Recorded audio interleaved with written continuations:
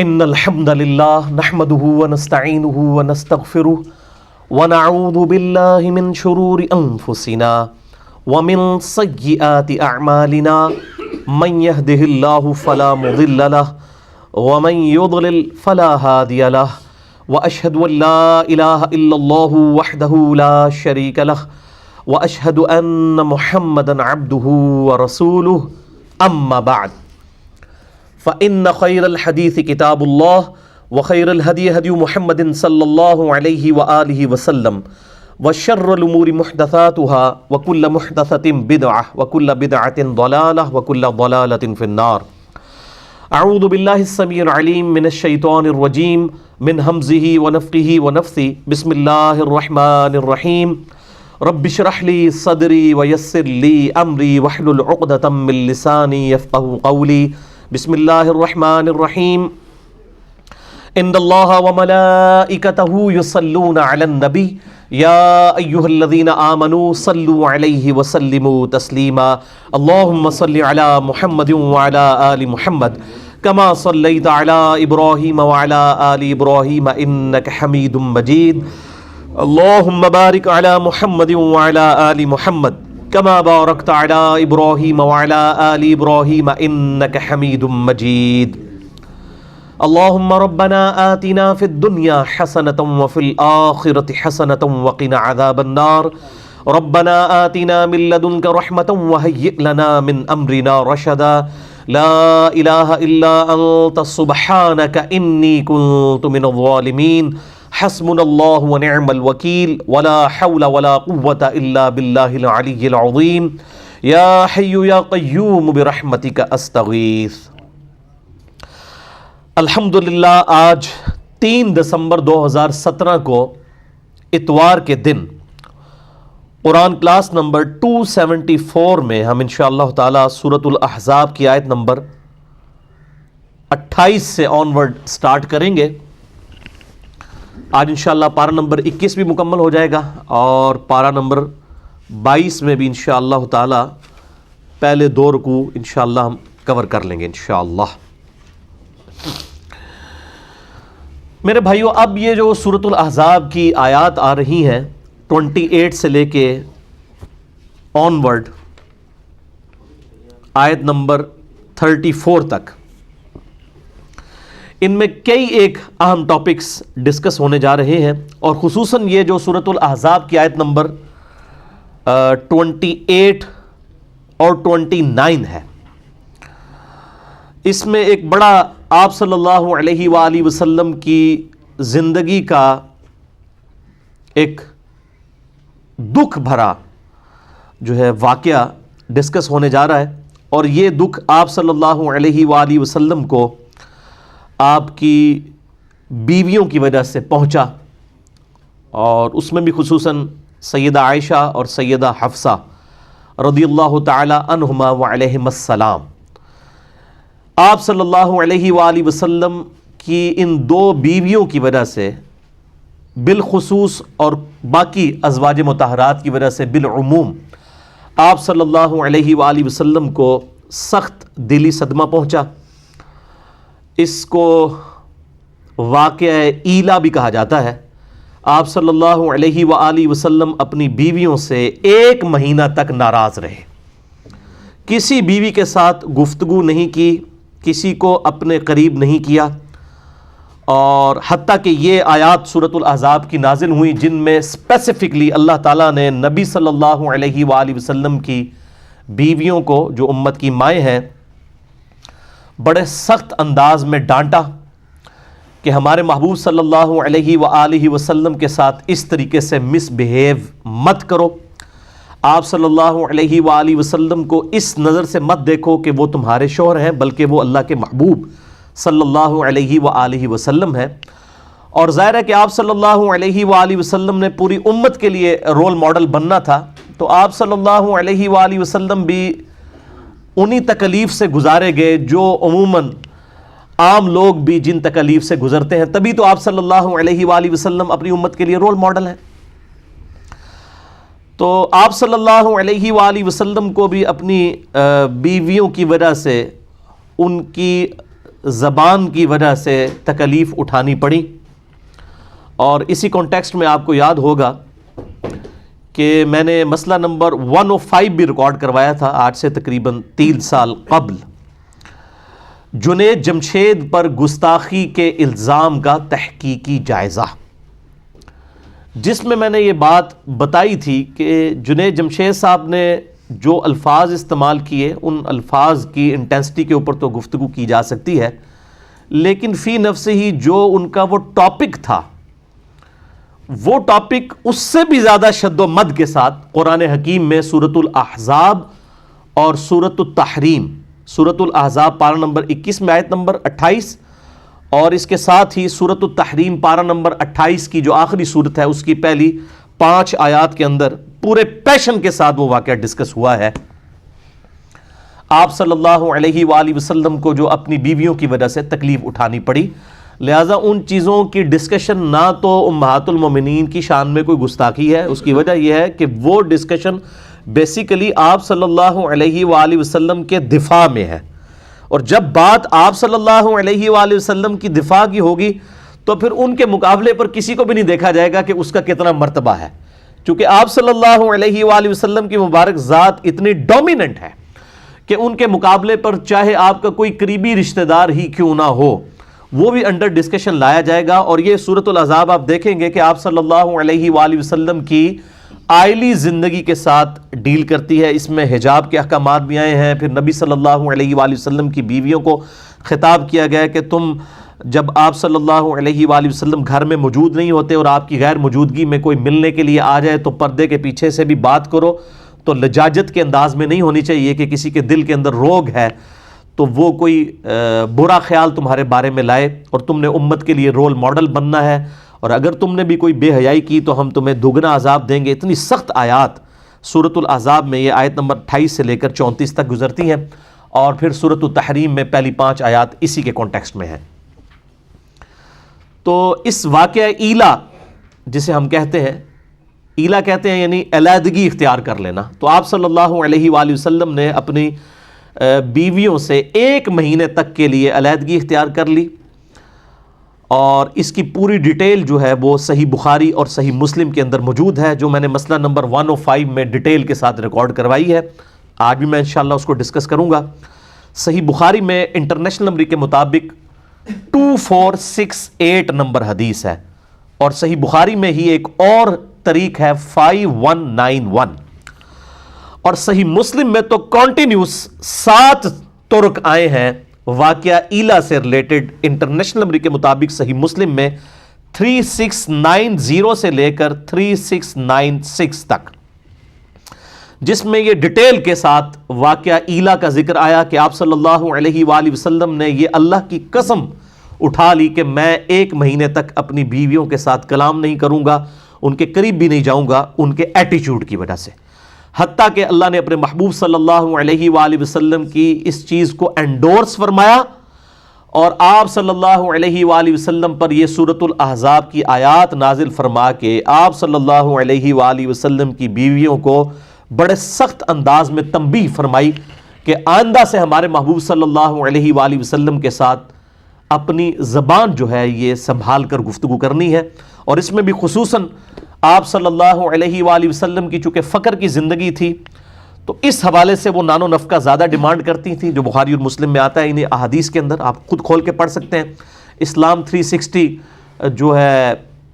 Android app ہے، اس کو بھی آپ دیکھ لیں، اس میں آپ کو انہی نمبرنگ کے اوپر یہ احادیث مل جائیں گی۔ اس کے علاوہ PDF بھی ہماری ویب سائٹ ahlsunnatpak.com پہ رکھے ہیں، صحیح بخاری 2468 اور 5191، اور صحیح مسلم میں 3690 سے لے کر 3696 تک انٹرنیشنل نمبر کے مطابق۔ تو آپ صلی اللہ علیہ وآلہ وسلم کی دلجوئی اللہ تعالیٰ نے فرمائی، اور امہات المومنین سے کہا کہ ہمارے نبی صلی اللہ علیہ وآلہ وسلم کے ساتھ اسی طریقے سے تمہیں فقر کے ساتھ اسی غربت کی حالت میں زندگی گزارنی ہوگی، آپ سے ایکسٹرا آرڈنری کوئی ڈیمانڈ نہیں کرنی ہوگی۔ اور یہ نہ سمجھیے گا کہ وہ ایکسٹرا آرڈنری ڈیمانڈ ان کی کوئی بہت زیادہ تھی، یعنی صحیح بخاری اور صحیح مسلم کی متفق علیہ حدیث ہے کہ اما عائشہ رضی اللہ تعالیٰ عنہ کہتی ہیں کہ نبی صلی اللہ علیہ وآلہ وسلم کی وفات تک ہماری یہ حالت تھی کہ بعض اوقات 1 مہینہ، بعض اوقات 2 مہینہ، بعض اوقات 3 مہینے تک ہمارے گھر میں چولہا نہیں جلتا تھا، دو کالی چیزوں پر گزارا ہوتا تھا، کھجور اور پانی. اور وہ بھی یہ نہ سمجھے کہ کوئی ٹنوں کے حساب سے کھجوریں تھیں، 2 کھجوریں اور 1 میٹھا پانی کا پیالہ صبح کے وقت، اور 2 کھجوریں اور 1 میٹھا پانی کا پیالہ، جو اس وقت ایک ایشو تھا ریگستانی علاقے میں میٹھا پانی کا حصول. تو اس میں تھوڑی سی اضافے کی ڈیمانڈ کی گئی جو دنیاوی اعتبار سے تو بالکل جینون تھی، لیکن چونکہ انہوں نے امت کے لیے رول ماڈل بننا تھا، اس لیے اللہ تعالیٰ نے اپنے محبوب صلی اللہ علیہ وآلہ وسلم کے ذریعے ان کو اس حوالے سے تنبیہ کی کہ بھئی اس طریقے سے نہیں معاملہ چلے گا. صحیح بخاری اور صحیح مسلم کی متفق علیہ حدیث ہے، آپ صلی اللہ علیہ وآلہ وسلم یہ دعا فرمایا کرتے تھے، اے اللہ محمد اور آل محمد صلی اللہ علیہ وآلہ وسلم کو بس اتنا ہی رزق دینا کہ ان کی روح اور جسم کا رشتہ برقرار رہے. سبسسٹنس لیول کے اوپر رزق چاہیے، اس سے زیادہ نہیں چاہیے. اس حوالے سے بے شمار احادیث ہیں بخاری اور مسلم میں رقت انگیز. اسے کتاب الرقاق کہا جاتا ہے. صحیح بخاری میں کتاب الرقاق چیپٹر ہے، صحیح مسلم میں کتاب الزہد چیپٹر ہے، اور یہ کمبائنڈ فارم میں آپ کو مشکات المصابیح کی 3 جلد کے اندر کتاب الرقاق نام کا جو چیپٹر ہے، دل میں رقت اور سوز و گداز پیدا کرنے والی احادیث، اس میں آپ کو یہ ساری کمبائنڈ فارم میں بخاری، مسلم، ابو داؤد، ترمذی، نسائی، ابن ماجہ کی احادیث مل جائیں گی. اور میں نے اس پہ ایک ڈیٹیل لیکچر بھی ریکارڈ کروا دیا ہے. مسئلہ نمبر 51 ہماری ویب سائٹ اہلسنتپاک.com پہ دنیا پرستی کی مذمت، دنیا کی محبت کی مذمت، حرام خوری کی مذمت، دنیا پرستی کی محبت کی مذمت اور اس کا علاج، جس میں میں نے 11 آیات کراس ریفرنس کے طور پر قرآن حکیم سے اور 17 صحیح الاسناد احادیث صحیح بخاری اور صحیح مسلم سے پرٹیکولرلی اسی ٹاپک کے اوپر ڈسکس کی ہیں. آج میں ان کو ریپیٹ نہیں کرتا ورنہ 1-1.5 گھنٹہ تو انہی احادیث اور آیات کے اوپر لگ جائے. آج ہم چونکہ واقعہ ایلا کو ڈسکس کرنے جا رہے ہیں، تو وہ واقعہ ایلا جو ہے صحیح بخاری 2468 اور 5191 اور صحیح مسلم 3690 سے لے کر 3696 تک ڈیٹیلڈ واقعہ سیدنا عبداللہ ابن عباس رضی اللہ تعالی عنہما روایت کرتے ہیں. میں وہ حدیث آپ کو یعنی فی البدی سنا دیتا ہوں کہ سیدنا عبداللہ ابن عباس رضی اللہ تعالی عنہما کہتے ہیں کہ میرے دل میں بڑے عرصے سے یہ خواہش تھی کہ قرآن حکیم میں نبی صلی اللہ علیہ وآلہ وسلم کی وہ کون سی 2 بیویاں ہیں جن کو اللہ تعالیٰ نے اتنے سخت الفاظ کے اندر خطاب فرمایا، اور وہ سورہ التحریم کے اندر موجود ہے. سورہ التحریم پارہ نمبر 28 میں آیت نمبر 4، اعوذ باللہ من الشیطان الرجیم، ان تتوبا الی اللہ فقد صغت قلوبکما،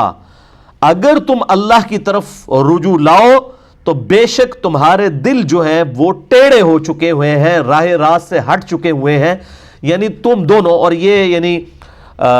2 کا صیغہ عربی میں استعمال ہوا ہے، جمع کا صیغہ استعمال ہوا، یعنی تم دونوں بیویوں کے دل ٹیڑے ہو چکے ہیں نبی صلی اللہ علیہ وآلہ وسلم کے ساتھ مس بیہیو کرنے کی وجہ سے، اللہ کی طرف توبہ لاؤ. اب یہ بڑے سخت الفاظ تھے، ظاہر ہے کہ ایک امہات المومنین کا معاملہ ہے، تو ابن عباس رضی اللہ تعالی عنہما کے الفاظ ہیں. یہ بڑی ڈیٹیل حدیث ہے، 4-5 صفحوں کی حدیث ہے بخاری اور مسلم میں، جس کا میں نے نمبر بتایا. وہ کہتے ہیں کہ میں بڑا جو ہے وہ ریلیکٹنٹ تھا کہ میں سیدنا عمر فاروق رضی اللہ تعالی عنہما جو امیر المومنین تھے، میں ان سے یہ ڈسکس کروں یہ آخر کون سی 2 بیویاں ہیں جن کے بارے میں اتنے سخت الفاظ آئے کہ تمہارے دل ٹیڑے ہو چکے ہیں، رائے راست سے ہٹ چکے ہیں، ایک طرف جھک چکے ہیں. تو میں آپ رضی اللہ تعالیٰ عنہ سے ان بیویوں کے بارے میں پوچھوں. تو وہ کہتے ہیں کہ ایک دفعہ حج کے موقع پر ہم راستے میں سفر میں تھے، تو میں نے سیدنا عمر فاروق رضی اللہ تعالیٰ عنہ وعلیہ السلام کو وضو کروایا، اور وہ رفع حاجت کے لیے پہلے چلے گئے، ان کے لیے میں پانی لے کر کھڑا ہوا، تو انہوں نے استنجا کیا، اس کے بعد وضو کیا، اور میں نے اس وقت ذرا ان کی یعنی ایک فرینڈلی ماحول دیکھتے ہوئے میں نے امیر المومنین سے عرض کی کہ یا امیر المومنین، میرے دل میں بڑے عرصے سے خواہش ہے کہ میں آپ رضی اللہ تعالیٰ عنہ سے نبی صلی اللہ علیہ وآلہ وسلم کی ان 2 بیویوں کے بارے میں پوچھوں کہ وہ کون سی 2 بیویاں ہیں جن کے بارے میں اتنے سخت الفاظ قرآن حکیم کے اندر آئے. سورہ التحریم کی آیت نمبر 4 میں بھی اور سورۃ الاحزاب میں آیت نمبر 28 کے اندر، وہ ہم بعد میں آیات پڑھیں گے تو آپ کو اندازہ ہوگا کہ کتنے سخت الفاظ اللہ تعالیٰ نے جو ہے اس حوالے سے نازل فرمائے. تو سیدنا عمر فاروق رضی اللہ تعالیٰ عنہ نے کوئی اس میں لحاظ، کوئی گستاخی نہیں سمجھی، انہوں نے سیدھا کہا کہ عائشہ اور حفصہ رضی اللہ تعالی عنہما، ان میں سے حالانکہ ایک ان کی بیٹی بھی تھی، ایک سیدنا ابوبکر صدیق کی بیٹی سیدہ عائشہ بنت ابی بکر، اور دوسری طرف سیدہ حفصہ بنت عمر رضی اللہ تعالی عنہم اجمعین وعلیہم السلام اجمعین. اور پھر کہتے ہیں میں نے کہا امیر المومنین میں تو بڑا ڈر رہا تھا آپ سے پوچھتے ہوئے. تو انہوں نے کہا کہ دین کا مسئلہ پوچھنے میں کوئی شرم و حیا نہیں کرنی چاہیے. ڈرنے والا کون سا معاملہ تھا؟ تم مجھ سے پہلے پوچھ لیتے. اس میں شرم و حیا نہیں کرنی چاہیے. دین کا جو معاملہ ہے اس کو ڈسکس کرنا چاہیے. اب ظاہر سیدنا عمر کے زمانے میں تو یہ بیماریاں نہیں تھیں نا جو آج کل ہیں کہ آپ کوئی قرآن کی آیت حدیث ڈسکس کر لیتے ہیں. کبھی کہتے ہیں وہ نبی کی گستاخی ہوگی, کبھی کہتے ہیں کسی بزرگ کی گستاخی ہوگی, کبھی کہتے ہیں کسی صحابی کی گستاخی ہوگی, کبھی کہتے ہیں نبی صلی اللہ علیہ وآلہ وسلم کی کسی بیوی کی گستاخی ہوگی. اس طرح کی یعنی جو بیماریاں جو آج ہمارے اس معاشرے میں پروان چڑھ چکی ہیں اس زمانے میں تو موجود نہیں تھیں. تو پھر سیدنا عمر فاروق رضی اللہ تعالیٰ عنہ سے انہوں نے عرض کیا کہ مجھے یہ ڈیٹیل واقعہ بتائیں. بخاری و مسلم کی اسی حدیث میں آتا ہے. تو سیدنا عمر نے کہا کہ میں تمہیں سناتا ہوں کہ جب ہم ہجرت کر کے مدینہ شریف آئے تو ہمیں ایک خاص ایکسپیرینس کرنا پڑا. جب تک ہم مکے میں آباد تھے تو ہماری بیویاں ہمارے بڑے کنٹرول میں رہتی تھی, اور اسلام آنے سے پہلے تو عورتوں کو ایز سچ کوئی مقام حاصل نہیں تھا. اس وجہ سے کبھی کسی عورت کی جرت نہیں ہوتی تھی کہ وہ اپنے خاوند کے ساتھ کسی معاملے میں زبان درازی کرے. لیکن جب اسلام آیا اور قرآن حکیم میں عورتوں کے حقوق نازل ہوئے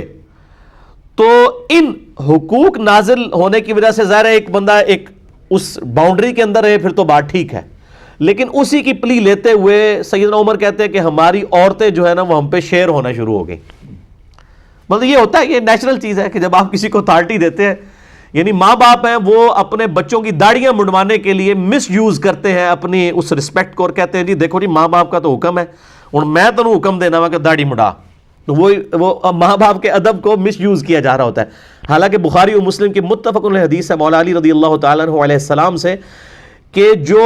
اطاعت ہے ماں باپ کی وہ یا کسی بھی مخلوق میں سے کسی بھی شخص کی, وہ اللہ تعالیٰ کی حدود کے اندر اندر ہے. جہاں پر وہ اللہ تعالیٰ کے ساتھ معصیت والا معاملہ آئے گا پھر کسی کی کوئی اطاعت نہیں ہے. وہ کلیئر کٹ ہے, اور یہ کوئی راکٹ سائنس نہیں ہے. یہ جو حدیث ہے بخاری اور مسلم کی کہ تم میں سے کوئی شخص اس وقت تک مومن ہی نہیں ہو سکتا جب تک کہ میں اسے اس کے ماں باپ اولاد سب لوگوں سے بڑھ کر عزیز نہ ہو جاؤں. تو اس کا کیا مطلب ہے صرف نعرے مارنا؟ نہیں, مراد یہ کہ ماں باپ اولاد سب لوگ ایک طرف کھڑے ہوں, دوسری طرف نبی صلی اللہ علیہ وآلہ وسلم کا حکم ہو, آپ کی تابعداری ہو, تو اس کو ٹاپ پرائورٹی اللہ اور اس کے محبوب صلی اللہ علیہ وآلہ وسلم کی ذات ہونی چاہیے. تو سیدنا عمر کہتے ہیں کہ پھر ہماری بیویاں جو ہے وہ ہم پہ شیر ہونا شروع ہو گئی, حتیٰ کہ جب ہم ہجرت کر کے مدینہ آئے تو مدینہ میں جو انصار کی عورتیں ہیں وہ پہلے ہی اپنے خاوندوں کے اوپر غالب تھیں. پھر ہماری بیویوں نے بھی جب ان کو دیکھنا شروع کیا تو ان کو ہور جنہوں کہتے ہیں نا پنجابی اللہ شیری ہو گئی, اور وہ ہمارے ساتھ یہ معاملہ کرنا شروع ہو گئی. پھر سیدنا عمر کہتے ہیں کہ ایک دن ایسا ہوا کہ میری بیوی نے ایک مسئلے میں میرے ساتھ زبان درازی کی, تو میں نے اسے ڈانٹا کہ تیری کیا جرت ہے کہ تو میرے ساتھ اس لہجے میں بات کر رہی ہے. تو سیدنا عمر کی بیوی نے آگے سے کہا کہ اے عمر جا کے تم اپنی بیٹی کی خبر لو حفصہ کی, جو رسول اللہ کے ساتھ اس سے بھی زیادہ سخت زبان میں بات کرتی ہے, اور نبی صلی اللہ علیہ وآلہ وسلم پورا دن غضبناک رہتے ہیں اور ناراض رہتے ہیں تمہاری بیٹی سے جو اس طریقے سے گفتگو کرتی ہے رسول اللہ کے ساتھ صلی اللہ علیہ وآلہ وسلم. اب سیدنا عمر وہ میٹھے میٹھے مسلمان تو نہیں تھے نا, وہ تو بالکل اسٹریٹ فارورڈ مسلمان تھے. انہوں نے کہا سیدھی تیسی یہ کیسے ہو سکتا ہے. سیدنا عمر فاروق رضی اللہ تعالیٰ عنہ اسی ٹائم گھر سے نکلے اور اپنی بیٹی حفصہ کے پاس گئے اور کہا کہ میں نے تیرے بارے میں ایسی بات سنی ہے, کیا تو واقعی نبی صلی اللہ علیہ وآلہ وسلم کے ساتھ اس طریقے سے گفتگو کرتی ہے؟ انہوں نے کہا ہاں میں کرتی ہوں. دوسری روایت میں آتا ہے کہ انہوں نے پکڑ کے ان کا گلا دبانا شروع کر دیا اور مارنا شروع کر دیا. اور بخاری مسلم میں الفاظ آتے ہیں کہ جب سیدنا ابوبکر تک یہ بات پہنچے تو انہوں نے سیدہ عائشہ کا گلا دبایا اور ان کو مارا پیٹا ان کے گھر جا کے. حالانکہ ایک طرف امہات المومنین والا بھی رشتہ ہے, دوسری طرف بیٹی بھی ہے, لیکن نبی صلی اللہ علیہ وآلہ وسلم کی حمیت میں سیدنا ابوبکر عمر رضی اللہ تعالی عنہما نے ان سے اوپر کسی کو نہیں جانا آپ صلی اللہ علیہ وآلہ وسلم کی مبارک ذات سے. پھر سیدہ حفصہ کے ساتھ جب یہ معاملہ ہوا, پھر سیدنا عمر جو ہیں وہ سیدہ عائشہ کے پاس گئے, ان کو بھی جا کے ڈانٹا. سیدہ عائشہ نے کہا کہ جا کے اپنی بیٹی کی خبر لو, تم میرے پاس کس کیپیسٹی میں آئے ہو تم. تو پھر سیدہ ام سلمہ کے پاس چلے گئے جو امہات المومنین میں سے سینئر تھیں اور آخر میں فوت ہوئی ہیں 64 ہجری میں, واقعہ کربلا کے بھی 3 سال کے بعد. ام سلمہ کے پاس جب گئے تو سیدنا عمر فاروق رضی اللہ تعالی عنہ کو ام سلمہ نے کہا کہ بھئی تم کس کیپیسٹی میں نبی کی بیویوں کو جا کے گھر میں جا کے سمجھا رہے ہو، یہ تمہارا کام بنتا ہے؟ تو سیدنا عمر کہتے ہیں کہ ام سلمہ نے مجھے اتنا ڈانٹا اس معاملے میں کہ نبی صلی اللہ علیہ وسلم کے گھر کے معاملات میں تمہیں دخل دینے کی کیا ضرورت ہے، کہ مجھے اس چیز کا احساس ہوا کہ واقعی میں نے کوئی غلط کام کیا ہے۔ پھر کہتے ہیں کہ میں اس کے بعد گھر آ گیا، گھر آیا تو کچھ ہی دیر کے بعد میرا ایک دوست میرے پاس آیا، اس نے دروازہ کھٹکھٹایا اور اس نے کہا کہ جی بہت بری خبر لے کے آیا ہوں۔ تو سیدنا عمر فاروق رضی اللہ تعالیٰ عنہ کہتے ہیں کہ ان دنوں ہمیں جو غسان کا بادشاہ تھا عیسائی، اس کی طرف سے حملے کا ڈر تھا مدینہ شریف پہ، تو میں سمجھا شاید غسانی بادشاہ جو ہے وہ اپنی فوجوں کے ساتھ حملہ آور ہو گیا۔ تو میں نے کہا کہ کیا وہ غسانی بادشاہ آ گیا؟ انہوں نے کہا نہیں نہیں، نبی صلی اللہ علیہ وآلہ وسلم نے اپنی بیویوں کو طلاق دے دی ہے۔ تو سیدنا عمر نے کہا ستیہ ناس ہو حفصہ کا، اور اس طریقے سے وہ تو بڑے غصے ہوئے، انہوں نے اتنے سخت لفظ استعمال کیے کہ مجھے تو پہلے ہی ڈر تھا کہ یہ جس طریقے سے نبی صلی اللہ علیہ وآلہ وسلم سے ضرورت سے زیادہ نان و نفقہ ڈیمانڈ کرتی ہیں اور آپ صلی اللہ علیہ وآلہ وسلم کے ساتھ زبان والا معاملہ کرتی ہیں، تو یہ تو بڑا سخت معاملہ ہو جائے گا۔ تو انہوں نے کہا میں تو مطلب حفصہ ہلاک ہو گئی۔ سیدنا عمر فاروق رضی اللہ تعالیٰ عنہ وہاں سے نکلے اور سیدہ حفصہ کے پاس پہنچے، وہاں پہ سیدنا ابوبکر صدیق بھی کھڑے ہوئے تھے اور لوگ زارو قطار اس معاملے میں پریشان تھے، رو رہے تھے، اور کہ بھئی نبی صلی اللہ علیہ وسلم اپنی بیویوں سے الگ ہو گئے۔ آپ صلی اللہ علیہ وسلم اپنے گھر کی جو اوپر والی چھت ہے اس کے اوپر جا کے بیٹھ گئے، اور سیدنا عمر فاروق رضی اللہ تعالیٰ عنہ اسی طرق میں آتا ہے طریق میں صحیح مسلم کے کہ جا کے انہوں نے سیدہ حفصہ کو بھی مارا، اور سیدنا ابوبکر صدیق نے جا کے سیدہ عائشہ کو مارا کہ تم نے اس طریقے سے حرکت کیوں کی ہے۔ اور پھر سیدنا عمر جو ہے اجازت لے کے نبی صلی اللہ علیہ وسلم کی خدمت میں حاضر ہوئے، سیڑھیاں چڑھ کے اوپر گئے اور انہوں نے جو گھر کا نقشہ کھینچا ہے، یقین کریں انسان کی آنکھوں میں آنسو آ جاتے ہیں۔ گھر میں کوئی بھی چیز نہیں سوائے ایک چمڑے کا تکیہ جس کے اندر کھجور کے جو ہے وہ پتے بھرے ہوئے ہیں، اور آپ صلی اللہ علیہ وسلم نے ایک تہمت پہنی ہوئی ہے، اوپر بھی کوئی چادر نہیں ہے، نہ کوئی قمیض ہے، اور ایک کھجور کی چھال کے اوپر آپ صلی اللہ علیہ وسلم لیٹے ہوئے ہیں، آپ کے جسم مبارک کے اوپر بھی جو ہے وہ اس کھجور کی چھال کے نشان ہیں۔ اور سیدنا عمر نے دیکھ کے رونا شروع کر دیا اور کہا یا رسول اللہ صلی اللہ علیہ وسلم، یہ دنیا کے بادشاہ جو ہیں کیسر و کسرا جو ہیں وہ اتنے بڑے مزے لوٹ رہے ہیں، اور آپ اللہ کے نبی ہو کے اس حالت میں۔ تو سیدنا عمر سے آپ صلی اللہ علیہ وسلم نے فرمایا کہ عمر لگتا ہے کہ دنیا کی حقیقت تم پہ ابھی تک نہیں کھلی، کیا تم اس بات پر راضی نہیں ہو کہ کیسر و کسرا دنیا کے مزے لوٹیں اور ہم آخرت کی سعادت؟ بس یہ آخری حصہ ہی ہماری حدیث کی کتابوں میں لکھا جاتا ہے، یہ پوری حدیث اس طرح ہے بخاری اور مسلم کی۔ بہرحال پھر انہوں نے سیدنا عمر کہتے ہیں کہ نبی صلی اللہ علیہ وآلہ وسلم انتہائی غمناک تھے، تو میں نے کوشش کی کہ میں کوئی ایسی بات کروں کہ آپ کو ہنساؤں۔ تو پھر کہتے ہیں کہ میں نے آپ صلی اللہ علیہ وآلہ وسلم سے وہ سارا قصہ بیان کیا، اور میں نے کہا یا رسول اللہ دیکھیں جب تک ہم مکے کے اندر تھے ہماری بیویوں کی جرت نہیں ہوتی تھی کہ وہ ہمارے ساتھ زبان درازی کریں، جب ہم مدینے میں آئے ہیں اور یہاں پہ بھی انصار کی عورتوں کو دیکھ کے ہماری بیویاں بھی مطلب وہ اس طریقے سے زبان درازی کرنا شروع ہو گئی ہیں، اور یہ نبی صلی اللہ علیہ وسلم یہ جب باتیں سنی تو آپ صلی اللہ علیہ وسلم ہلکے سے مسکرائے، ان کی ان باتوں کی وجہ سے کہ بھئی یہ تو ریئلٹی بیان کر رہا ہے، ایسا ہی ہوا ہے۔ اور پھر اسی طریقے سے پھر انہوں نے بتایا کہ میں نے تو اس طرح کیا حفصہ کے ساتھ، اور پھر میں جو وہ ام سلمہ کے پاس گیا تو ام سلمہ نے مجھے کہا کہ تجھے کیا ضرورت تھی نبی کے گھر میں دخل دینے کی؟ تو پھر سیدنا عمر کہتے ہیں کہ مجھے بڑی شرمندگی ہوئی، تو اس بات پہ بھی نبی صلی اللہ علیہ وآلہ وسلم بڑے مسکرائے کہ شرمندگی اس بات پہ بھی کہ میں نے اپنی بیٹی کو کیوں مارا ہے جا کے، نبی صلی اللہ علیہ وسلم اس بات پہ مسکرائے کہ نبی صلی اللہ علیہ وسلم کی مبارک عزت کا اس قدر سیدنا عمر کو خیال ہے کہ انہوں نے اپنی بیٹی کو مارا، اور پھر مارنے کے بعد حالانکہ مارنا باپ اپنی بیٹی کو مار رہا تھا، لیکن اس کے بعد ان کو اس چیز کا احساس ہوا کہ مجھے یہ کام نہیں کرنا چاہیے تھا۔ نبی صلی اللہ علیہ وآلہ وسلم نے بعض معاملات کے اندر جو ہے وہ مطلب مسکراہٹ کا اظہار فرمایا اور ساتھ ساتھ اپنا سر مبارک بھی ہلایا۔ پھر یہ ساری تمہید بنا کے نبی صلی اللہ علیہ وآلہ وسلم سے سیدنا عمر نے پوچھا یا رسول اللہ صلی اللہ علیہ وآلہ وسلم کیا آپ نے اپنی بیویوں کو طلاق دے دی ہے؟ تو آپ صلی اللہ علیہ وآلہ وسلم نے فرمایا کہ میں نے طلاق نہیں دی ہے، میں نے ان سے علیحدگی اختیار کر لی ہے 1 مہینے کے لیے، اور وہ 1 مہینے تک کے لیے پھر آپ صلی اللہ علیہ وآلہ وسلم نے علیحدگی اختیار کی، حتیٰ کہ پھر سورۃ الاحزاب کی یہ آیت نمبر 28 اور 29 نازل ہوئیں، سورہ التحریم کی آیات نازل ہوئیں، جن کے اندر کیٹاگوریکل مینشن کر دیا گیا کہ اگر ہمارے محبوب صلی اللہ علیہ وآلہ وسلم کے ساتھ تم رہنا چاہتی ہو تو یہ بات یاد رکھو کہ اسی طریقے سے فقر کی زندگی گزارنی ہوگی، اور اسی طریقے سے تم نے امت کے لیے رول ماڈل بننا ہے۔ ایسا نہ ہو کہ تم نبی صلی اللہ علیہ وآلہ وسلم کے ساتھ مس بیہیو کرو، یہ بالکل نہیں ہونا چاہیے۔ اور اگر تم اس طریقے سے گزارا نہیں کرنا چاہتی ہو تو ہم اپنے نبی کو یہ اختیار دیتے ہیں کہ وہ تمہیں طلاق دے کے فارغ کر دے۔ اللہ تعالیٰ اپنے نبی کو تم سے بہتر بیویاں عطا فرمائے گا، تم سے زیادہ عبادت گزار ہوں گی، روزے رکھنے والیاں ہوں گی، اور ذکر کرنے والیاں ہوں گی، کنواریاں بھی ہوں گی،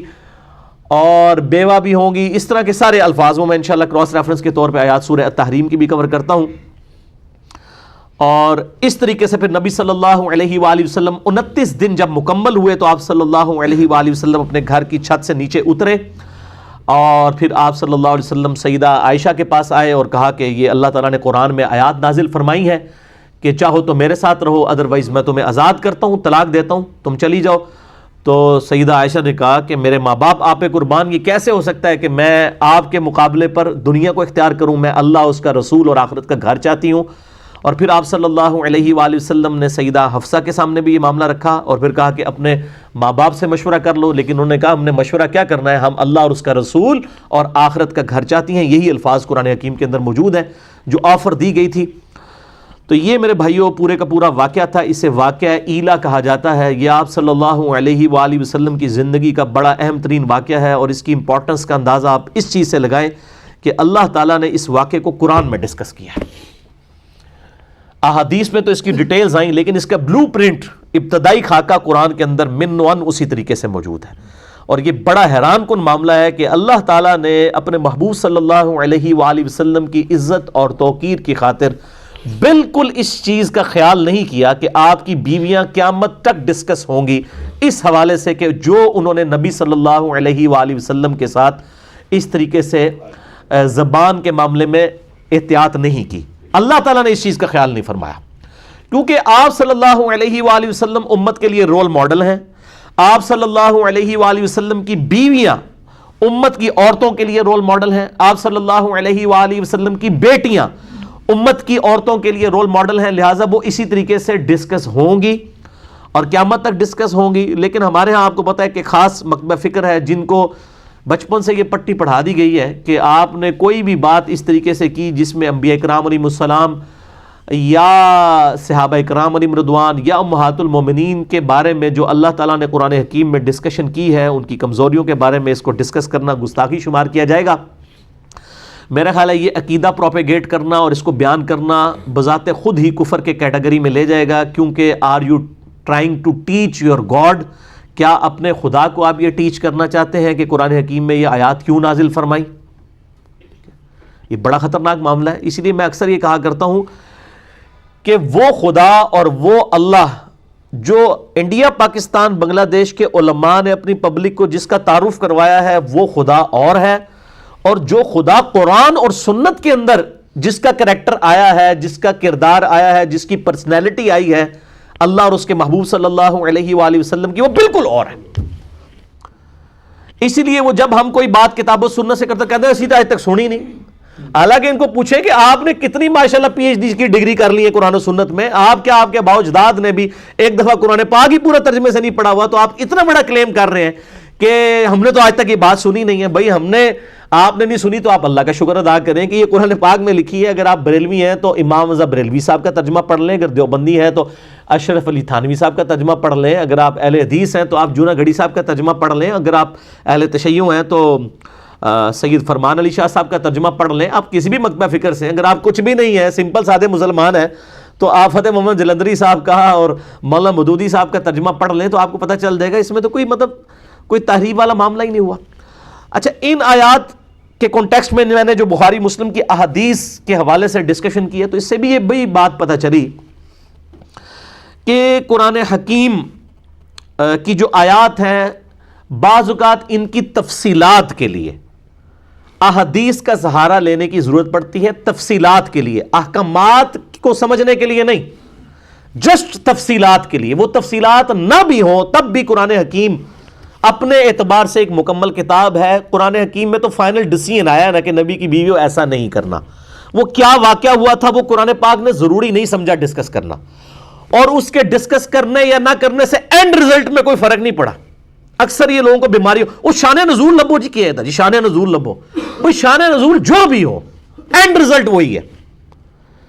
ٹریفک سگنل کے لیے گرین کے اوپر چلنا اور ریڈ کے اوپر رکنا کیوں رکھا گیا؟ اس کا شان نزول کیا تھا ٹریفک قوانین بنانے والوں کے لیے؟ یہ ایک انٹرسٹ کی بات ہو سکتی ہے کہ جی گرین رنگ جو ہے اچھا لگتا ہے، گرینری اچھی لگتی ہے، ریڈ کلر جو ہے وہ بلڈ کی نشانی ہے، یہ خطرے کی نشانی ہے، شاید یہ وجہ ہو۔ لیکن یہ وجہ کچھ بھی ہو، اینڈ رزلٹ یہ ہے کہ ریڈ کے اوپر رکنا ہے، گرین پہ چلنا ہے۔ اینڈ رزلٹ کبھی چینج ہوگا نہیں۔ اسی طریقے سے قرآن حکیم کی آیات کا جو اینڈ رزلٹ جو آیا ہے اس کے شان نزول سے اس کے اینڈ رزلٹ پہ کوئی فرق نہیں پڑتا۔ اس لیے میں نے مسئلہ نمبر 154 ریکارڈ کروایا تھا کہ قرآن حکیم اپنے شان نزول کا محتاج نہیں ہے، البتہ ایکسپلینیشن کے لیے، اس کی ایک ڈیٹیلز کے لیے، ایک انٹرسٹ کے طور پہ، بس زیادہ زیادہ انٹرسٹ، وہ انٹرسٹ کوئی رکھتا ہے نہیں رکھتا ہے، اینڈ رزلٹ قرآن حکیم کا وہی ہے، قرآن حکیم محتاج نہیں ہے۔ بہرحال اس کی تفصیلات کے لیے سنت کی ضرورت پڑتی ہے جو صحیح الاسناد احادیث کے ساتھ یا تواتر کے ساتھ ٹرانسفر ہوئی ہے، اور ظاہر ہے کہ وہ مطلب اس کی وجہ سے ہمیں پوری ایک سمجھ لیں کہ سٹارٹ سے لے کے اینڈ تک باتیں سمجھ آ جاتی ہیں، اور پھر ساتھ ہی ساتھ ان گمراہیوں کا دروازہ بھی بند ہو جاتا ہے سنت کی برکت سے،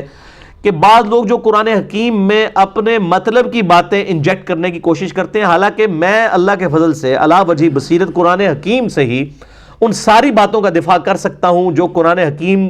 کے ساتھ اس قسم کا کھلواڑ کرنے والے لوگ اس وقت معاشرے کے اندر موجود ہیں، جس میں top of the list personality Ghulam Pervez صاحب کی تھی، اور آج کل بھی ایک وہ کراچی کے اندر ایک اسکالر ہیں شیخ محمد صاحب، ان کی کافی مجھے ان کے حوالے سے بھی ای میلز لوگوں نے بھیجی ہیں کہ انہوں نے اس طرح جو ہے وہ دیوبند کے ایک مفتی کے ساتھ جو ہے وہ ڈیبیٹ کی، وہ 3 گھنٹے کی ڈیبیٹ میں نے کم از کم 2 دفعہ تو دیکھی ہے ڈیٹیل کے ساتھ، مفتی عبد الباقی صاحب بنوریا ٹاؤن والے۔ مجھ سے لوگ پوچھتے ہیں کہ جی آپ بتائیں آپ کا کیا اوپینین ہے؟ بھائی میں تو ایک 1 ایجنڈا پیش کرتا ہوں، میرے نزدیک دونوں ہی غلط ٹریک کے اوپر ہیں، جو ڈیفینڈ کر رہے ہیں وہ بھی ٹریک سے ہٹے ہوئے ہیں، جو اپنا مقدمہ پیش کر رہے ہیں وہ بھی ٹریک سے ہٹے ہوئے ہیں۔ باقی رہا ان کے اوپر لیکچرز ریکارڈ کروانا اور ایک ایک چیز کو ڈسکس کرنا، تو سب سے پہلے تو وہ علماء جو مطلب آگے تعارف کرواتے ہیں کہ ہم نے جی پی ایچ ڈی کی ہے، اتنا عرصہ ہم نے قرآن پہ لگایا ہے، اور ان کو اس طریقے سے وہ بندہ بے عزت کرتا ہے ایک عام آدمی جس نے قرآن کے اوپر تحقیق کی ہے، تو اب یہ علماء کے لیے لمحہ فکری ہے نا کہ وہ کیوں بے عزت ہو رہے ہیں ان لوگوں کے ہاتھوں، تو یہ علماء خود جواب دیں نا۔ تو ہارڈلی اس کے 3000 کے قریب سبسکرائبرز ہیں، اس ویڈیو کو خیر کوئی 3 لاکھ کے قریب لوگ دیکھ چکے ہیں، ادروائز تو ایز سچ یہ 92 سے لیکچرز دے رہے ہیں شیخ محمد صاحب، ایز سچ ان کو اس طریقے سے پذیرائی حاصل نہیں ہوئی ہے، ظاہر ہے کہ وہ ایک مین سٹریم کی لائن سے ہٹے ہوئے ہیں، باقی جو ان کی پازیٹیو چیزیں ہیں میں اس کو انڈورس کرتا ہوں۔ لیکن مجھ سے لوگ کہہ رہے تھے، تو میں ابھی مجھے اچانک اس کے حوالے سے یاد آ گیا، تو ضرورت نہیں ہے سچ اس اعتبار سے ڈیٹیل کے ساتھ چیزیں ریکارڈ کروانے کی، کئی چیزیں بالکل واضح ہوتی ہیں وہ پتہ چل جاتی ہیں، باقی انشاءاللہ تعالی ہمارے لیکچر خود بخود جواب بن جاتے ہیں ان چیزوں کے، کہ چیزوں کو کنٹیکسٹ کے ساتھ بسا اوقات تفصیلات کے لیے میں بار بار کہوں گا، میں قرآن حکیم کو کسی حدیث کا محتاج نہیں سمجھتا ہوں as far as rules of قرآن حکیم آر کنسرنڈ، اور میں اس چیز کو قرآن حکیم کی جو ہے توہین سمجھتا ہوں کہ اگر کوئی شخص کہے کہ قرآن جو ہے وہ سمجھنے کے لیے احادیث کا محتاج ہے، ناٹ ایٹ آل، تفصیلات کے لیے ایک انٹرسٹ کے طور پہ ضرور ہے،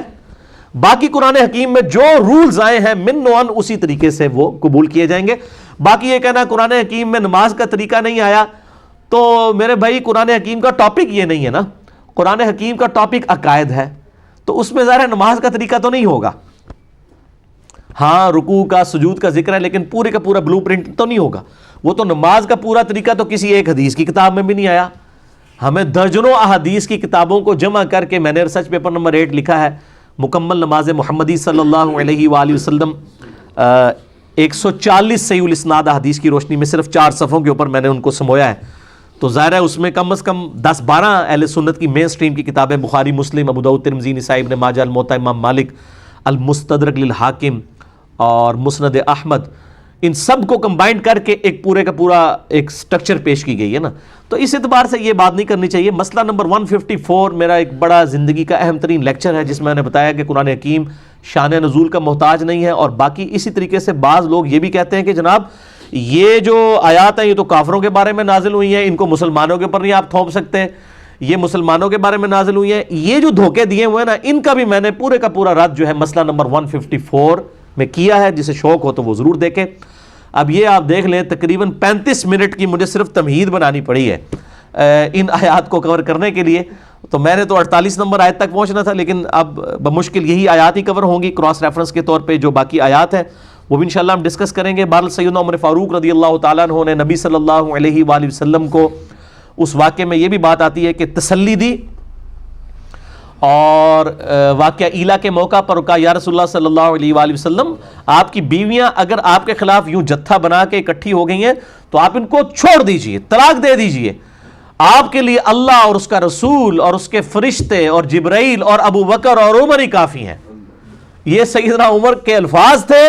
اور قرآن حکیم میں من و عن اسی طریقے کی آیت بھی نازل ہو گئی سورہ التحریم کے اندر. پہلے وہ آیت پڑھتے ہیں، اس کے بعد ہم سورۃ الاحزاب کی آیت نمبر 28 سے آنورڈ کور کرتے ہیں. سورہ التحریم نکال لیں، پارہ نمبر 28 کی آخری سورت ہے. آپ کا جو بلو والا قرآن حکیم ہے اس میں پیج نمبر ہے 561 آیت نمبر 4. اعوذ باللہ من الشیطان الرجیم، بسم اللہ الرحمن الرحیم. ان تتوبا الی اللہ، اگر تم دونوں نبی صلی اللہ علیہ وآلہ وسلم کی بیویاں، یہ پیچھے کانٹیکسٹ چل رہا ہے سورہ التحریم میں، وہ مسئلہ نمبر 105 آپ جنید جمشید کے دفاع پہ جو میں نے دیا تھا وہ آپ دیکھ لیں. اگر تم دونوں اللہ کی طرف توبہ لاؤ، ان تتوبا الی اللہ فقد صغت قلوبکما، تو بے شک تمہارے دل تو ایک طرف جھک چکے ہیں، ٹیڑے ہو چکے ہیں، تم نبی صلی اللہ علیہ وآلہ وسلم کے معاملے میں ایک خاص راستے سے ہٹ چکی ہو. وَإِن تَظَاهَرَ عَلَيْهِ، اور اگر تم نے نبی صلی اللہ علیہ وآلہ وسلم کی بیویوں نے نبی صلی اللہ علیہ وآلہ وسلم کے خلاف کوئی جتھا بنا لیا، تو یاد رکھو فَإِنَّ اللَّهَ هُوَ مَوْلَاهُ، تو اللہ ہے جو نبی کا مولا ہے، دلی محبوب ہے، پشت پناہ ہے. وَجِبْرِيل، اور جبریل، وَصَالِحُ الْمُؤْمِنِينَ، اور نیکوکار مؤمنین، والملائکۃ بعد ذالک ظہیر، اور اس کے بعد فرشتے بھی نبی صلی اللہ علیہ وآلہ وسلم کے مددگار ہیں، پشت پناہ ہیں. یعنی یہ وہ والی مدد نہیں ہے وہ جو لے رہے ہوتے ہیں جی وہ بزرگ، اس سے وہ کہہ رہے ہیں کہ نبی صلی اللہ علیہ وسلم کے مددگار دیکھو اللہ، فرشتے، جبرائیل ہیں. تو اس کا مطلب ہے کہ نبی صلی اللہ علیہ وسلم المدد یا ابو بکر، المدد یا عمر کہتے تھے، نعوذ باللہ. وہ مسئلہ نمبر 3 میرا ریکارڈڈ ہے، دعا صرف اللہ ہی سے. اس سے مراد ہے ظاہری اسباب میں اللہ تعالیٰ نے فرشتوں کو اور نبی صلی اللہ علیہ وسلم کے اصحاب کو آپ صلی اللہ علیہ وآلہ وسلم کا ساتھی بنایا ہے. اور آگے دیکھیں کتنے سخت الفاظ ہیں. عسى ربه ان طلقکن، قریب ہے کہ ہمارے محبوب صلی اللہ علیہ وآلہ وسلم اگر تمہیں طلاق دے دیں تو ان کا رب ان کو ان یبدلہ، تبدیل کر دے، تمہاری جگہ اور بیویاں دے دے، ازواجا غیر منکن، تم بیویوں کو چھوڑ کر اس کے بدلے میں اور اچھی بیویاں عنایت فرما دے. مسلمات، جو تابع فرمان ہو ہمارے نبی کی، مؤمنات، پکی مؤمنہ ہو، قانتات، تابع فرمان ہو، قناعت کرنے والی ہو، تائبات، توبہ اور رجوع لانے والی ہوں، عابدات، عبادت گزار ہوں، صائحات، اور روزہ رکھنے والی ہوں، ثیبات و ابکارا، بیوہ بھی ہوں، اور یعنی جو پہلے سے شادی شدہ یا طلاق یافتہ، اور کماریاں بھی. کیونکہ اس میں اب سیدہ حفصہ جو ہیں وہ آپ سمجھ لیں کہ کنواری نہیں تھیں اور سیدہ عائشہ کنواری تھیں، دونوں کو اس حوالے سے ایڈریس کر دیا گیا. اب یہ دیکھیں کتنے سخت الفاظ آئے ہیں، اور اللہ تعالیٰ نے یعنی نبی صلی اللہ علیہ وآلہ وسلم کے معاملے میں کس قدر غیرت والا معاملہ، جس کو کہ اللہ تعالیٰ نبی صلی اللہ علیہ وسلم فرماتے ہیں، بخاری مسلم کی حدیث ہے کہ اللہ تعالیٰ سب سے بڑھ کر غیرت مند ہے. اور آپ دیکھ لیں اللہ تعالیٰ نے اس معاملے میں کوئی ایسا معاملہ نہیں کیا کہ اس کو پس پش ڈال دیا جائے. اب وہ آپ سورۃ الاحزاب کی آیت نمبر 28 آنورڈ، اب آپ کو ان آیات کی انٹینسٹی کا سمجھ آئے گا کہ یہ بات کیا ہو رہی ہے. یا ایھا النبی، اے نبی صلی اللہ علیہ وآلہ وسلم، اے خاص نبی، ان نبی کے ساتھ خاص نبی، قل لازواجک، فرما دیجئے اپنی بیویوں سے، ان کنتن تردن الحیات الدنیا، اگر تم دنیاوی زندگی کو چاہتی ہو، وزینتہا، اور اس کی آرائش کو، فتعالین امتعکن وَأُسَرِّحْكُنَّ سَرَاحًا جَمِيلًا، تو آؤ میں تمہیں دنیا کا مال و متاع دے کر بڑی خوبصورتی کے ساتھ اپنے نکاح سے فارغ کر دیتا ہوں۔ کتنی سخت دھمکی ہے۔ اور بخاری مسلم میں الفاظ ہیں، سیدنا عمر کہتے ہیں کہ اللہ تعالیٰ نے نبی صلی اللہ علیہ وآلہ وسلم کی بیویوں کو اس معاملے میں ڈانٹ پلائی۔ اتنے سخت الفاظ ہیں سیدنا عمر کے، یہ میرے ذاتی الفاظ نہیں ہیں۔ اللہ اکبر۔ وَإِن كُنتُنَّ تُرِيدْنَ اللَّهَ وَرَسُولَهُ وَالدَّارَ الْآخِرَةَ، اور اگر تم خواہش مند ہو اللہ اور اس کے رسول اور آخرت کے گھر کو، یعنی اللہ اور اس کا رسول عز و جل و صلی اللہ علیہ وآلہ وسلم اور آخرت کا اگر گھر چاہتی ہو، یعنی ظاہر ہے کہ دنیا تو پھر آپ کو چوپڑیاں نہ دو تو نہیں ہوگا نا، یعنی دنیا کی قربانی تو کرنی پڑے گی۔ اگر تم اللہ اور اس کے رسول صلی اللہ علیہ وآلہ وسلم اور آخرت کے گھر کو چاہتی ہو، پھر کیا کرنا ہوگا؟ فَإِنَّ اللَّهَ أَعَدَّ لِلْمُحْسِنَاتِ مِنْكُنَّ أَجْرًا عَظِيمًا، تو یاد رکھو پھر تم نبیوں کی بیویوں میں سے جو کوئی بیویاں ایسی ہوں گی جو نیکوکار ہوں گی تو ان کے لیے بڑا اجر عظیم ہے۔ کیٹاگوریکلی سب کو نہیں کہہ دیا گیا، تم میں سے بھی جو نیکوکاری کی، یعنی تمہیں بھی وہ ٹیسٹ پاس کرنا پڑے گا۔ یہ نہیں ہے کہ نبی علیہ السلام کی نسبت کی وجہ سے تمہیں جو ہے وہ چھوٹ مل جائے گی، نہیں، بلکہ سورہ التحریم کا تو جو اینڈ ہوا ہے وہ تو بڑے سخت الفاظ میں ہوا ہے کہ ہمارے دو نیکوکار بندے سیدنا لوط اور سیدنا نوح علیہ السلام کی بیویاں دونوں کافرہ تھی، اور وہ دو نیک بندے اپنی بیویوں کو اللہ کے عذاب سے نہیں بچا سکے۔ تو بیسیکلی اس کی طرف اشارہ تھا کہ یہاں پہ بھی سیدہ عائشہ اور سیدہ حفصہ رضی اللہ تعالی عنہما وعلیہم السلام اگر یہ سمجھتی ہیں کہ نبی صلی اللہ علیہ وآلہ وسلم کے ساتھ رشتہ ان کے کچھ کام آ جائے گا اگر انہوں نے نبی صلی اللہ علیہ وآلہ وسلم کے ساتھ بفرض محال خیانت والا معاملہ کیا، تو ایسا معاملہ وہاں پہ آتا ہے کہ لوط اور نوح کے ساتھ خیانت کی انہوں نے، وہ تو کافرہ تھی نا، بے حیائی والا معاملہ تو نبی کی بیوی کے معاملے میں ہو ہی نہیں سکتا، چاہے وہ کافرہ بھی رہی ہیں بیویاں نبیوں کی، لیکن ان میں سے کوئی یعنی بے حیائی والا معاملہ کسی کے ساتھ نہیں تھا۔ اور یہاں پہ تو الحمدللہ بخاری کے اندر حدیث موجود ہے، سیدنا عمار ابن یاسر رضی اللہ تعالیٰ عنہما کو جب مولا علی رضی اللہ تعالیٰ عنہ علیہ السلام نے جنگ جمل کی تیاری کے لیے بھیجا کوفے میں، تو سیدنا حسن جو ہے وہ ممبر کے اوپر والی سیڑھی پہ تھے اور سیدنا عمار ابن یاسر نیچے تھے، اور انہوں نے کہا کہ سیدہ عائشہ بصرہ سے روانہ ہو چکی ہیں، اللہ کی قسم وہ دنیا اور آخرت میں تمہارے نبی کی بیوی ہیں، لیکن اللہ نے تمہیں آزمائش میں ڈالا ہے کہ تم اللہ کی اطاعت کرتے ہو یا عائشہ کی اطاعت کرتے ہو، کیونکہ امیر المومنین سیدنا علی کی اطاعت اللہ کی اطاعت ہے، یا ایھا الذین آمنوا اطیعوا اللہ واطیعوا الرسول واولی الامر منکم، اللہ اس کے رسول کی اطاعت کرو جو تم میں حکمران ہے، تو امیر المومنین سیدنا علی ہیں، ان کی اطاعت اللہ کی اطاعت ہے۔ عائشہ کا مرتبہ ختم نہیں ہو گیا، وہ دنیا اور آخرت میں تمہارے نبی کی بیوی ہے، لیکن اللہ تمہیں آزمائش میں ڈال رہا ہے کہ تم عائشہ کی اطاعت کرتے ہو یا اللہ کی اطاعت کرتے ہو۔ تو وہاں پر بھی حالانکہ اختلافی خطبہ ہو رہا ہے، اس میں بھی انہوں نے رسپیکٹ کا خیال رکھا کہ سیدہ عائشہ دنیا اور آخرت میں نبی صلی اللہ علیہ وآلہ وسلم کی بیوی ہیں، اور قربان جائے امام بخاری نے سیدہ عائشہ کے فضائل والے چیپٹر میں یہ حدیث لی ہے،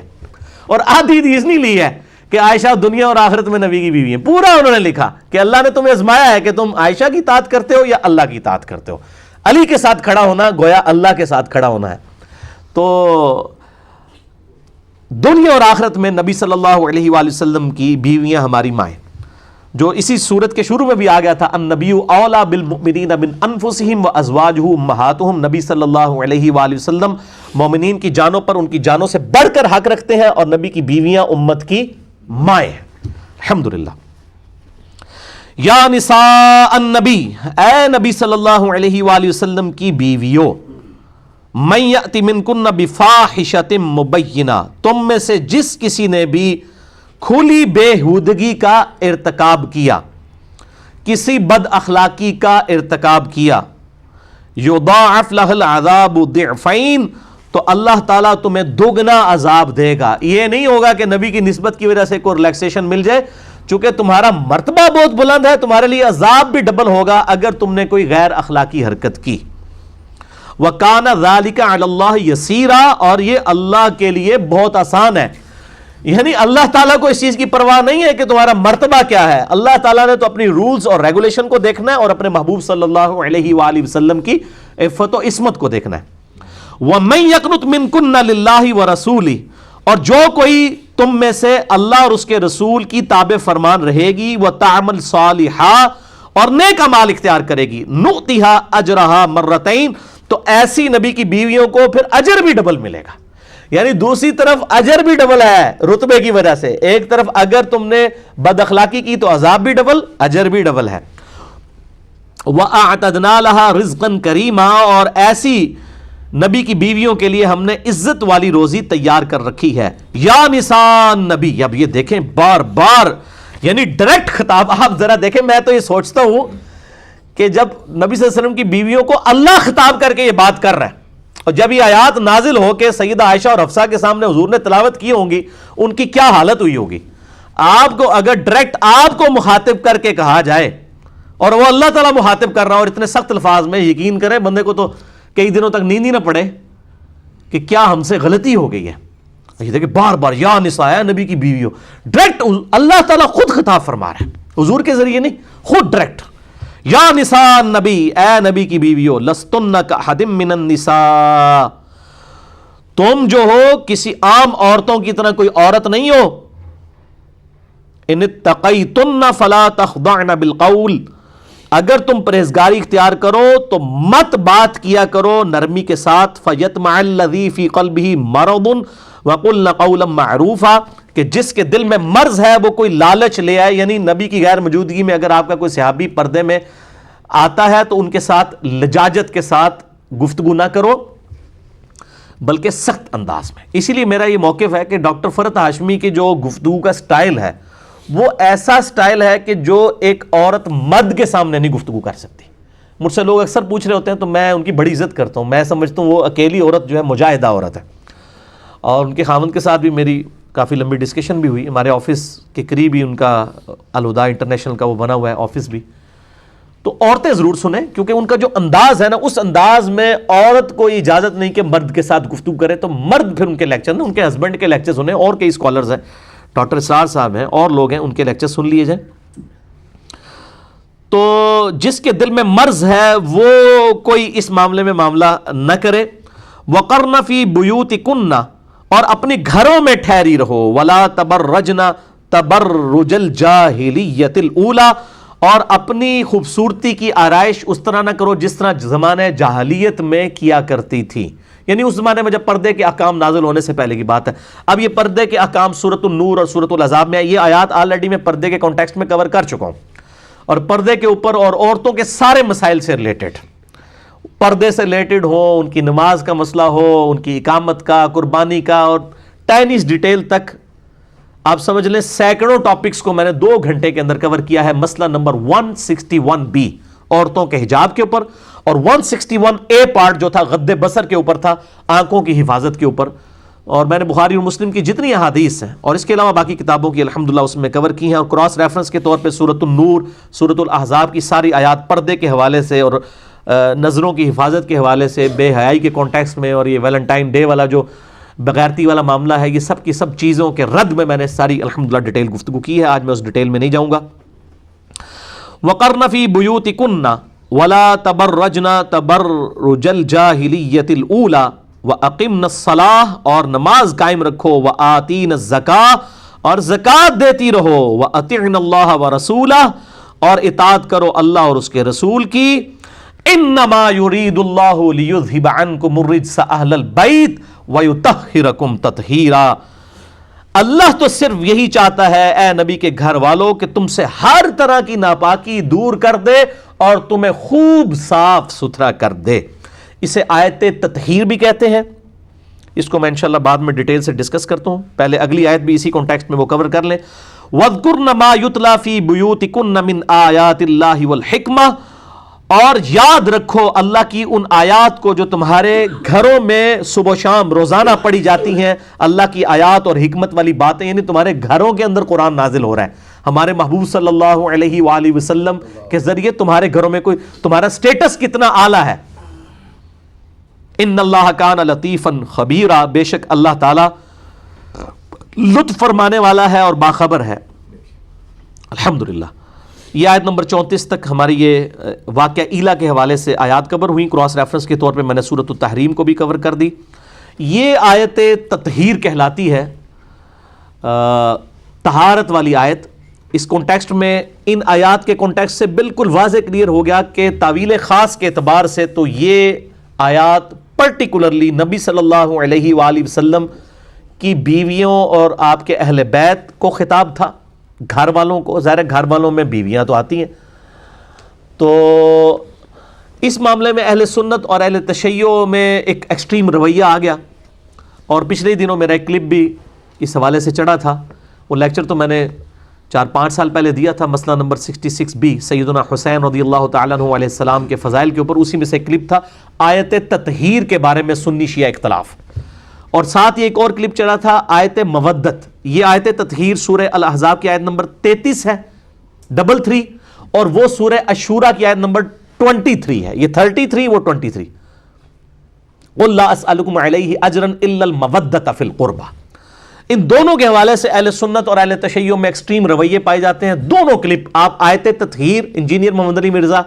آیت مودت انجینئر محمد علی مرزا، یہ لکھ دیں تو وہ کلپ کھل جائیں گے. میں آج اس ڈیٹیل میں نہیں جاتا ہوں کہ اس کی تفصیلات کیا ہیں. ایک 5B ریسرچ پیپر پیچھے سے مجھے پکڑا دیجیے گا. اس حوالے سے میرے بھائیوں، یہ تعویل خاص کے اعتبار سے تو نبی صلی اللہ علیہ وآلہ وسلم کی بیویوں کو خطاب ہے. اور پورا کانٹیکسٹ آپ دیکھ لیں، آیت نمبر 33 سے پہلے کا بھی اور بعد والا بھی. پورا کانٹیکسٹ بتا رہا ہے کہ ازواج مطہرات رضی اللہ عنہم اجمعین وعلیہم السلام کو خطاب ہے. لیکن اللہ تعالیٰ کے محبوب صلی اللہ علیہ وآلہ وسلم نے اس حوالے سے ایکسٹینشن کے طور پر مزید 4 ہستیوں کو بھی اہل بیت میں شمار کیا ہے اور ان کے فضائل بیان کیے ہیں. اس کانٹیکسٹ میں اہل سنت کی مین سٹریم کی کتاب صحیح مسلم میں حدیث موجود ہے انٹرنیشنل نمبر کے مطابق 6261، اور اس کی راویہ خود اما عائشہ ہیں رضی اللہ تعالیٰ عنہا وسلام اللہ علیہا. وہ کہتی ہیں کہ نبی صلی اللہ علیہ وآلہ وسلم اپنے گھر سے ایک دن اس حال میں برآمد ہوئے کہ آپ نے کالے رنگ کی چادر اوڑھی ہوئی تھی جس پہ جو اونٹ کے کجاوے ہیں ان کی ہنڈیوں کی شکل کی جو ہے وہ بنی ہوئی تھی امیجز. اور اتنے میں سیدنا حسن آئے تو نبی صلی اللہ علیہ وآلہ وسلم نے ان کو اپنی چادر کے نیچے لیا. پھر سیدنا حسین آئے، ان کو بھی لیا. پھر سیدہ فاطمہ آئی، اور پھر سیدنا علی آئے رضی اللہ عنہم اجمعین وعلیہم السلام. ان چاروں کو اپنے ساتھ چادر کے نیچے لیا، اور پھر آپ نے یہی آیت تلاوت کی، انما یرید اللہ لیذھب عنکم الرجس اہل البیت ویطہرکم تطہیرا. اے نبی کے گھر والو، اللہ تعالیٰ تو چاہتا ہے تم سے ہر طرح کی ناپاکی دور کر دے اور تمہیں خوب صاف ستھرا کر دے. اور اسی طریقے سے انٹرنیشنل نمبر کے مطابق جو غدیر خم کی حدیث ہے، 4 طریق صحیح مسلم کے اندر آئے ہیں، 6225 6225 سے 6228 تک. اس کے علاوہ بھی 8 طریق میں نے جمع کیے ہیں. اپنا جو ریسرچ پیپر ہے میرا، ریسرچ پیپر نمبر 5B واقعہ کربلا کا حقیقی پس منظر 72 صحیح الاسناد احادیث کی روشنی میں. اور یہ 72 کے ٹائٹل سے میں نے اہل سنت کی مین سٹریم کی کتابوں سے 200 احادیث جمع کی ہیں، جس میں میں نے سنی شیعہ کنفلکٹ کے حوالے سے جو اہل سنت کا مقدمہ پیش کیا ہے، اہل سنت فرقے کا نہیں، اہل سنت کے منہج کا. اور نہ اس میں اہل سنت کا لحاظ کیا گیا ہے، نہ اہل تشیع کا. جو بالکل حق بات ہے وہ بتا دی گئی ہے.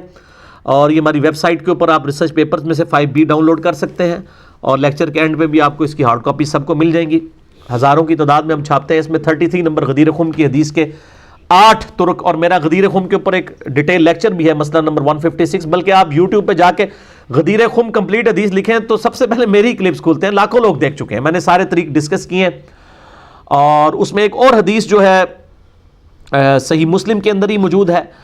کہ جب وہ آیت مباہلہ نازل ہوئی سورہ آل عمران کی آیت نمبر 61 کہ عیسائی نجران کے عیسائیوں کے ساتھ جب مباہلے والا معاملہ ہوا تو آپ صلی اللہ علیہ وآلہ وسلم سیدنا حسن حسین، سیدہ فاطمہ اور سیدنا علی کو لے کر آئے اور کہا کہ اللہم ہؤلاء اہل بیتی، اے اللہ یہ میرے اہل بیت ہیں. تو وہ اہل بیت والا معاملہ، وہ چادر والی حدیث وہاں پر بھی ہے، یہاں پر بھی ہے. اس کے علاوہ بھی اس حدیث کے کئی ایک طرق موجود ہیں، وہ میں نے اس کے اندر کور کیے ہیں. جس سے شوق ہو تو یہ 5B ریسرچ پیپر پڑھ کے دیکھ لے. اور میرا جو لیکچر ہے مسئلہ نمبر 156 وہ بھی دیکھ سکتے ہیں آپ. غدیر خم کے اوپر بھی جو میرا کلپ ہے وہ آپ دیکھ سکتے ہیں. اللہ تعالیٰ سے جو دعا ہے، جو حق بات میں نے کہی، اللہ تعالیٰ ہمارے دلوں میں راسخ فرمائے. اگر جذبات میں میرے منہ سے کوئی غلط بات نکل گئی تو اللہ تعالیٰ ہمارے دلوں سے ہی معاف کر دے. ہمیں کتاب و سنت کی تعلیمات پر عمل کر کے دوسرے بھائیوں تک پہنچانے کی توفیق عطا فرمائے. سبحانک اللہم و بحمدک، اشہد ان لا الہ الا انت، استغفرک و اتوب الیک، وما علینا الا البلاغ المبین. جزاکم اللہ خیرا.